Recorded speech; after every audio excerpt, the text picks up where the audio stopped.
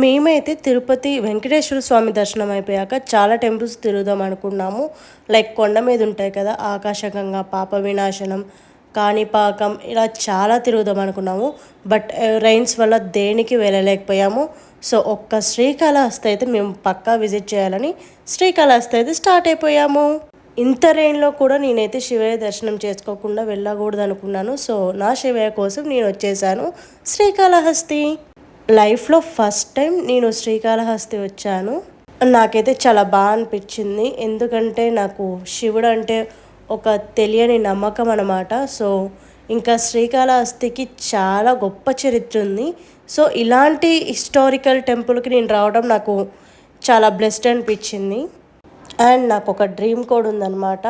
నాకు తెలిసిన వరకు, నాకు కుదిరిన వరకు నేను ఎన్ని శివాలయం టెంపుల్స్ ఉంటే అన్నీ తిరగాలని అనుకుంటున్నాను. సో ఫ్యూచర్లో అది కూడా ప్లాన్ చేయాలి. లైక్ చిన్నదైనా పెద్దదైనా టెంపులే కదా. సో ఏదైనా పర్లేదు, నేనైతే వెళ్ళి దర్శనం చేసుకుంటాను. ఎక్కడైనా నా శివయ్యే. సో అన్ని శివలింగస్ నేను చూడాలి and hope for the best. Finally మేము దర్శనానికి అయితే వెళ్ళిపోతున్నాము. లుక్ ఎట్ ద వ్యూ, సూపర్గా ఉంది. ఇది ఏ రివరో కామెంట్ సెక్షన్లో కామెంట్ చేసేయండి. దర్శనం కన్నా ముందు మా హస్బెండ్ అయితే కొబ్బరికాయ కొట్టేశారు ఇక్కడ. అండ్ నెక్స్ట్ మేము రాహుకేతు పూజ అయితే చేయించుకోలేదు, బట్ చూసాము ఎలా చేస్తారు ఏంటనేది. అండ్ ఇక్కడ పూజలు కూడా చాలా బాగా చేస్తున్నారు. మీలో ఎవరైనా వచ్చినప్పుడు మాలాగా ఈ మిస్టేక్ చేయకుండా పూజలు అయితే చేయించుకోండి, చాలా మంచిది. మేమైతే దర్శనం చేసుకొని రిటర్న్ అయితే స్టార్ట్ అయిపోయాము. ఓం నమ శివాయ.